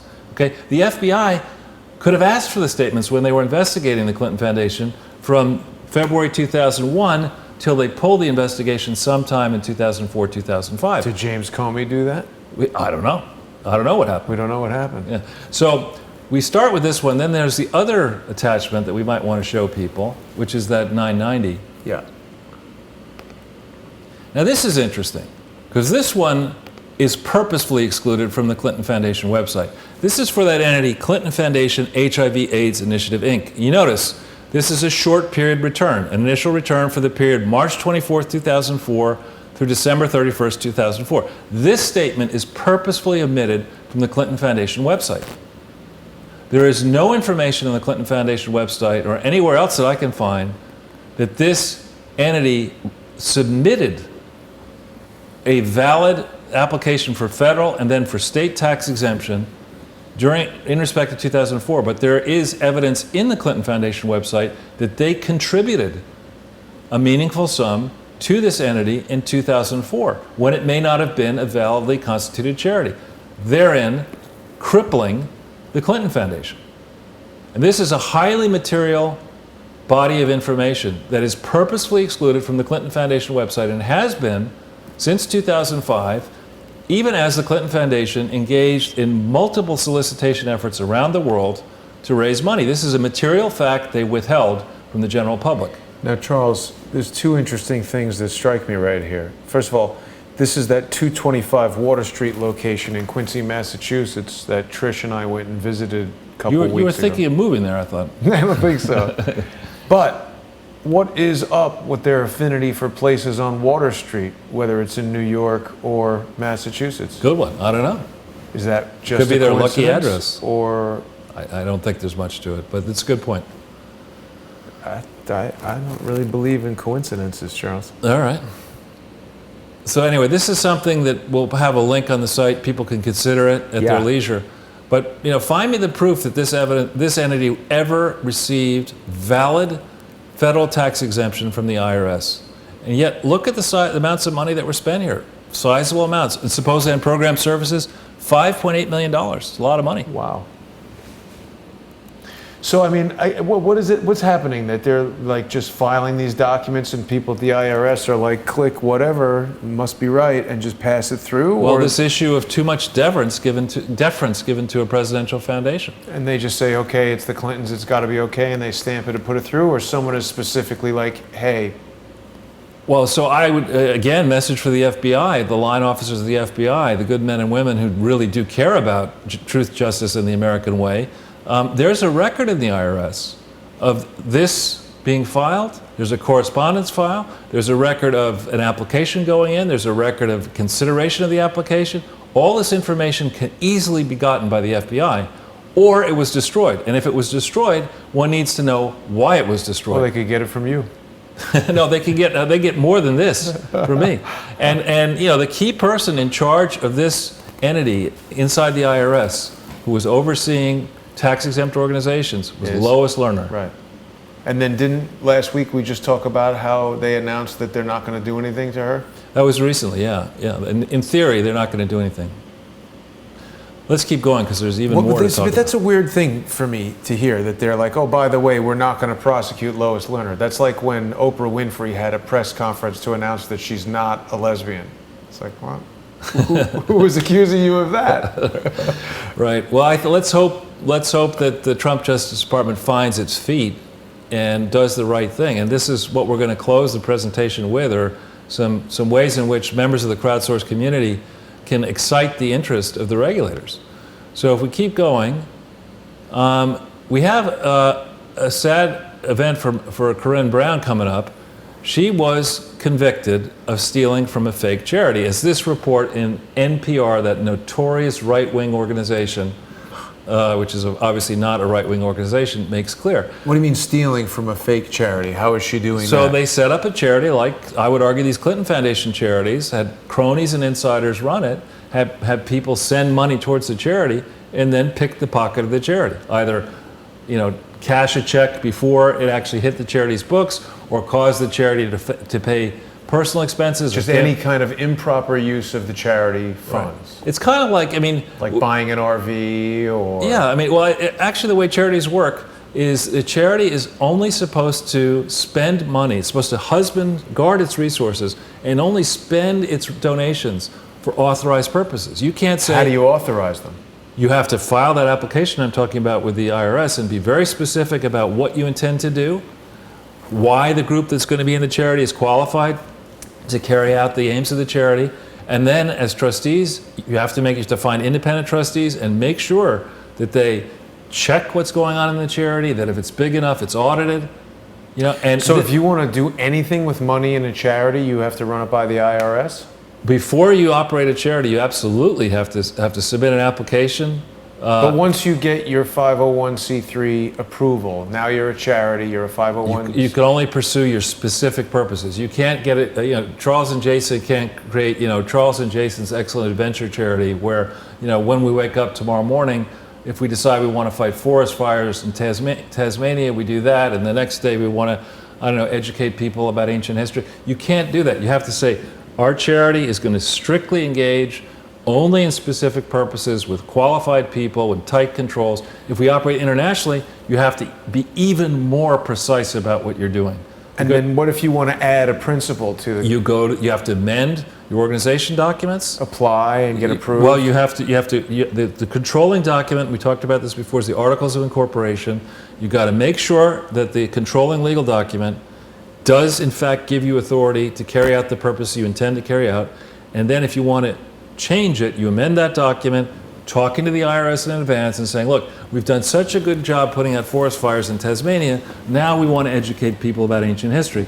The IRS enters into a discussion with you and says, well, I don't know, Charles, the fires are still burning in Tasmania. You better just concentrate on that before you do the ancient history. So there's a process. What happens if one of the principals then leaves? Do you have to tell the IRS about that? If there's a material change in the organization, you're supposed to keep the IRS surprised and your donors. If you're, when you're soliciting continuously by the internet, telephones, whatever, if let's say, God forbid, you're over there in Tasmania and instead of putting a fire out, you burn down the capital city, you probably have to tell people that you're a schmuck and you made a big mistake. That's a good idea. Register with the IRS. So, okay, serious question. What if, someone like you said, hey, Clinton Foundation, you're doing illegal stuff. And what if the Clinton Foundation said, oh, Charles Ortel is making libelous claims, we're going to sue him? Could the charity hire a lawyer to sue you? You could, in theory, do that, but there's strict what are called whistleblower protection laws, and the Clinton Foundation is a public charity, in theory. So it stands in the shoes of government. Any member of the public has an absolute right, I would argue a duty, to do what we're doing, come forward and say, look, there are these problems. The government's not doing what it should do to police this charity. They're giving too much deference to a politically connected charity that has a proven track record and a family that has a proven track record, I would argue, of ripping off the world.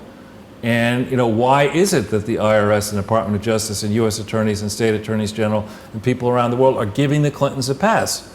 I think the answer is a bad answer.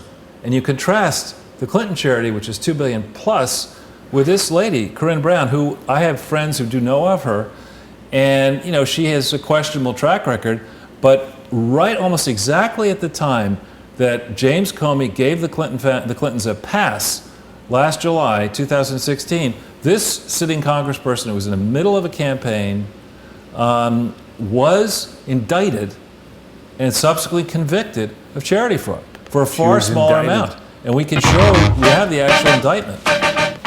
But maybe we need a musical interlude. It's going. It's going? So if we just stay focused on this, I've noticed in looking through indictments, there's a formula, the way they do it. This is the U.S. attorney, I believe, bring suit against a sitting congressperson in the middle of her campaign, her reelection campaign. And you look at, it says count 1, it gives you the law, 18 U.S.C. 1349. Look at all the different laws they managed to find that she had violated. Wow. All right? In an $800,000 alleged charity fraud. The Clinton one, they'd run out of paper. They would. And the way they do this, you'll see they explain everything. There's conspiracy to commit mail and wire fraud. And then there's the actual fraud. Ooh. This is a 53-page indictment, so we won't... So if you've got a charity that's specifically involved with political activity, that again comes under... Well, you can't... charities are barred from engaging... public charities, cannot engage in partisan political activity. You're just prohibited from doing that. What's the difference between a public charity and a private charity? All right, so a public charity is one that goes and solicits broadly from members of the public and satisfies a series of tests that it does have broad political public support. And because you're a public charity, your donors are, under the existing tax laws, are able to deduct a higher percentage of their annual income for the donations made to public charities than if Charles and Jason create a company and we make a lot of money and we say, let's do the Charles and Jason private foundation. And we're not going to... 5 guys we know... Or just you and I will, we'll put some money in. It's a private foundation. So if you go over the internet and say, hey, everybody, donate to my charity, you're a public charity. Only if you pass a test. You have What's to the actually... test? The test, I think, is a certain percentage of your donations have to come from the public. It's not just soliciting. You actually have to receive, I think it's a third or more of the donations have to come in small amounts from members of the public. And there's a complicated mathematical test that takes you through it. But if you satisfy that test, the government says, you know what, Charles and Jason, you are standing in the shoes of government. You do deserve to offer your donors this incentive where they can get a higher percentage deduction against their income than if it were just the Gates Foundation, where Bill and Melinda and now Warren Buffett and a few others are writing gigantic checks. They can only deduct, I think it's 30% against their income, whereas public charity, you can deduct 50%. I see. Okay. So if we keep on going, because there's a fair amount more to go on here. Where's our next? That's There it. we go. Okay, now, also in 2015, the FTC is another body that, together with all 50 attorneys general and whatever the equivalent is in Washington, D.C., went after a charity that was based, I think, in Tennessee and Texas and also Arizona. But look at what the summary of the complaint. Complaint alleges defendants falsely claimed donations would help pay for pain medication, hospice care, and other services, but spent donations on cars, trips, sports tickets, and professional fundraisers. Wow. 187 million. But does this sound familiar? Sounds like RVs, trips from Bangladesh. Well, it also sounds... the Clintons you're talking about. Sorry. I'm talking more about the HIV/AIDS stuff. Yeah. They raise a lot of money, in theory, for that, when in reality you're promoting the businesses of these generic HIV/AIDS companies and test kit manufacturers, Ranbaxy and other ones, spending donations on cars, trips, sports tickets, private jets, landscape gardens, hotels, $5,000 square foot penthouse apartments in Little Rock. I mean, it's very, very similar. The only difference is 187 million, not more than 2 billion. And also, we're not talking about the Clintons here. We're talking about a family that was not politically connected. Now, if you go to the next one, I want to give, I guess as younger people would say, props to Marsha Blackburn, who is a congressman who was, I believe, just announced she's going to run for Senate. She was joined by 51 House colleagues right around the time of the settlement saying, we want to understand what's going on in the Clinton Foundation. This is back in May 19th, 2015. I think she did this independent of any work I had done, although my first article came out March 16th, 2015. She managed to get, her team got 51 colleagues, so 52 congresspeople demanded to know May 19th, 2015, what is up, what is happening with the Clinton Foundation. And then she followed it up. This, I think, had a little bit to do, perhaps, with some of my continuing work. She sent another letter saying the Clinton Foundation was lawless. Now, remember... I love the look on their faces for that caption. And the teeth. Ooh, she's got a lot of mercury amalgam fillings. I never noticed that before. She's almost certainly mercury toxic with that. And so that, this letter got wide hearing, 6,000 Facebook shares. You contrast that with the one that I did a year before that got 82,000 Facebook shares. So it's a topic of interest that people, outside what I would argue the conflicted IRS and perhaps the conflicted Justice Department, they don't seem to care about this, but we the people do. They're taking a poll here for Bill and Hillary. And yeah, this is. Do you think any laws apply to the Clinton Foundation? Yeah, this is a poll to take. I think this could be Tom Fitton's group. Oh, maybe not. That are doing this poll? No, this is the Daily Caller. Okay. Yeah. So, but then if we keep going to the next one.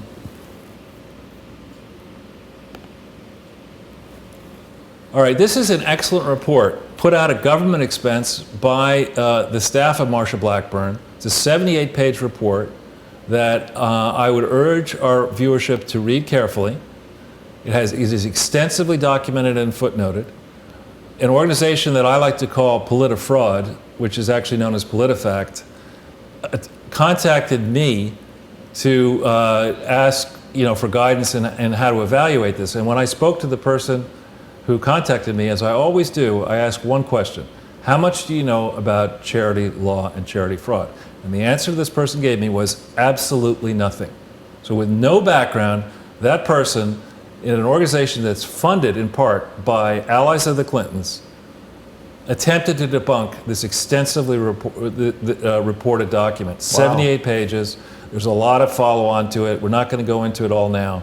But if you read this report and check it, as a state attorney general, as a U.S. attorney, as a member of the IRS, and you don't investigate the Clinton Foundation, you don't bring them to justice, you are making a mockery of the law. And there's an election coming up in 2018, and let's hope that those who continue to obstruct this process, if they do, will be turfed out of office, and that there'll be, forward-looking change, because this is a continuing, gigantic scandal, and we put the Clinton Foundation, again, with that timer on notice, that they have until November 15th, 2017 to lessen their liability by amending all their returns. But, I fear they're not going to take that advice. So we continue to the next one. All right, now, this actually, I'm not a lawyer. I try to mention that every time I go on here. There are lawyers out there, and there are people who may not be familiar. If we stop there with this, this is the U.S. Attorney's Manual. And it's really useful because this is basically used by the staffs and the actual U.S. attorneys to figure out, when you're thinking about what happened, exactly, and how to prosecute. So you can read this at your leisure. But this is, I keyed into the section on mail fraud and wire fraud. And you can just scroll down a little bit. It gives you the various key elements. It gives you case law, it gives you all sorts of things to acquaint yourself with. And once you read this, you cannot, knowing the Corinne Brown case, knowing that she's going to be sentenced maybe before November 15th. So she is on the hot seat, and she has been convicted of certain elements of this for $800,000 or so. How do you convict? Topics. Interesting topics. Yeah. Well, this gives you the instructions of how to convict based on intent to defraud, right. Proof of fraudulent intent, proof of mailings and transmissions. Boy, this is great. It's great stuff. I know a certain Egyptian queen who would be interested in reading a lot of things here. Good, good. All right, so then you go to the next one. RICO prosecutions. RICO Suave. Okay, so people have been asking Jason and me, how do you contact members of our government? This is a portal that gives you the way to contact, obviously, the president, and then senators and representatives and state elected officials. It's a simple way. So you can look at this site. We have it up there for you. You then put in whatever state you're in, whoever you may want to contact, and it'll tell you chapter and verse. This is how you contact our elected officials and say, look, in the Justice Department, Attorney General Sessions, the notion that you're not going to investigate the Clintons, terrible, is ridiculous. If you're not going to investigate the Clintons and other corrupt foundations, perhaps the Obama Foundation, for that matter, the Bush foundations, any presidential foundation, if you're not going to do your job and you're just going to protect the swamp, What are you it's doing time there? for you to go. Yeah. Right? But here's a way to contact people and step up the pressure. And back on the Blackburn letters that we put up there, that gives you the identities, those letters, of all the people who previously signed Marsha Blackburn's request. So you can check at your own time and figure out, are they still in Congress? And say, hey, what's going on? What happened? And then here's another way to get to the attorneys general. This gives you for each state who the attorneys general are. Now, if we click on Michigan, which we can do by going down the page a little bit. Oh, all right, so you can stop there. We can start with Leslie Rutledge. See her on the left? All right, now Leslie Rutledge is the Attorney General. There you have her email website. Arkansas. Of Arkansas. Wow. Now, a number of us contacted her office in August, I believe, of 2015. And what do we get back? Nothing. Absolutely nothing. This is a can't say I'm Republican. surprised. This is a Republican who maybe is, too scared to go up against the Clintons in their home state, even though Arkansas is now controlled by a Republican governor. She's a Republican. I believe there are Republican majorities in their state and House and Senate, if they have a Senate. Nothing. Not every state has a state senate? Some don't. I'm not really sure. But so then we keep going back to the previous page. Here's a good one. You got Michigan. I guess it's in order. Let's see. Illinois. You can forget Illinois. Kansas. Maryland, Massachusetts, Michigan. Bill Schuette, or however you pronounce it, S-H-C. All right. Now, this is a gentleman who's a Republican who is running for office, seeking to become governor in the state of Michigan. Okay, this is an important race in national politics. Why is that? Because I'm pretty sure, I may have this wrong, but I think the current governor of Michigan is a Democrat. And so this was a key state, it was a battleground state. And here's a gentleman who currently has been the Attorney General. We have, and he has, all the filings of the Clinton Foundation in Michigan. They are fraudulent. They do not disclose the activities fighting HIV/AIDS internationally. They do not disclose the disciplinary actions in West Virginia in 2001 through 3, in the Commonwealth of Pennsylvania.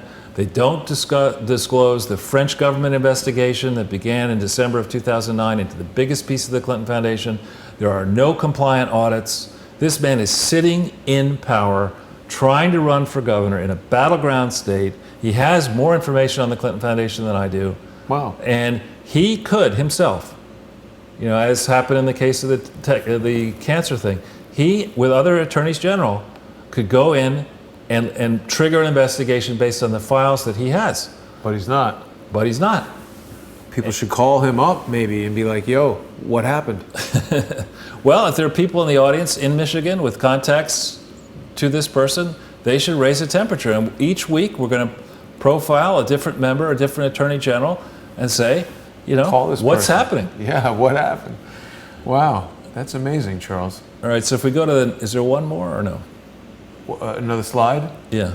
That's all I've got. That's all you got. That's all she wrote. I think so. So maybe we should go back to the landing slide of Crowdsource the Truth. Yeah.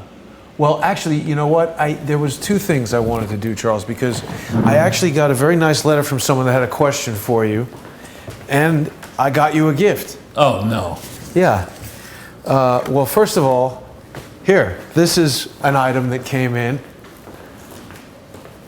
Some lovely apparel for you. Thank you. For If when you I have wanna it. hold that up to the camera, that's So when I have great Fortel T-shirt. when I have a child that could wear this size. Well, that's medium. I didn't know what size would fit you, but of course, definitely, I'd be thinking more about tent than medium. If but people want, you can get all this different apparel and mugs. very nice, very And, nice, very you nice. can get Captain Scrunch. You can get the Podfather. Oh, that reminds me. I got you another gift. Well, I thank you. My goodness, I wonder what this is. Well, this is, if this is sort of a one-size-fits-all item. This could work. I know you like coffee from Starbucks. I love the way it's packaged. Yeah. This is a very handsome Podfather mug. So again, if people are, a lot of people want to support Crowdsource the Truth, want to sponsor the channel. Well, that's very nice, very nice. Yeah, Very I was elegant. Impressed with the quality of the products there from Good enameling. the Redbubble Crowdsource the Truth merchandise store. Any of these designs you can choose if you want a Captain Scrunch t-shirt or a mug, or It's very nice, thank you. You can get it on all different varieties of items. And what's this? I think that's a free sticker that comes with it, but you can get, you get your cell phone case, you can get a notebook for, back to school, iPad skins, laptop skins, home decor. You could get a Captain Scrunch clock if you wanted to do that. That's amazing. And then, of course, Charles, for people who don't necessarily want all these different items, they can just sponsor the channel. You can become a sponsor by going to paypal.me/crowdsourcethetruth, or become a monthly sponsor on patreon.com/crowdsourcethetruth. And I got a really wonderful letter from very generous sponsor. People sometimes like to send letters to the heavily that's nice. doxed home address of HQ here at 252 7th Avenue There you in go. New York, New York. And this says, "Dear Jason, we're so grateful for you and Crowdsource the Truth. We listen to you daily. They're a single income retired family with disability, and they were kind enough to That's very nice. send sponsorship." It really is. I mean, even people out there who are watching daily, out of the 16,000 followers we have on the YouTube channel, we're up to 10,000 Twitter followers. If even $1 a month were sponsored by each of those people, it would keep Crowdsource the Truth moving forward. So I really appreciate when people like this recognize that we need the funds to keep going. But anyway, this letter goes on to say, "We've awakened the heartbeat of America to truth. Stand firm. Light will always dispel darkness. Keep walking towards the light. Focus on the strengths of the team members and go forward." And they then specifically ask if you, Charles, could do a segment on personal finance for Crowdsource the Truth Sure. followers. So something to consider for the future. And that's a request from Cindy, who sent really a very nice card there. Thank you, Cindy. Really appreciate that. Was there anything else you wanted to cover, Charles, before we sign off for the day? Well, no, thank you very much, Jason. It's always an honor to come on your show and talk about the subject. Sadly, there's a lot more to cover, and Yeah. we're going to drill down nation by nation, initiative by initiative. Next week will be a very important week. We're not going to give away yet the title, Right. but I assure you that next week will be gripping. Definitely. Well, Charles, with that, I will say, may the force be with you. And with you, sir. I don't know why this app is not playing music. Oh, here we go.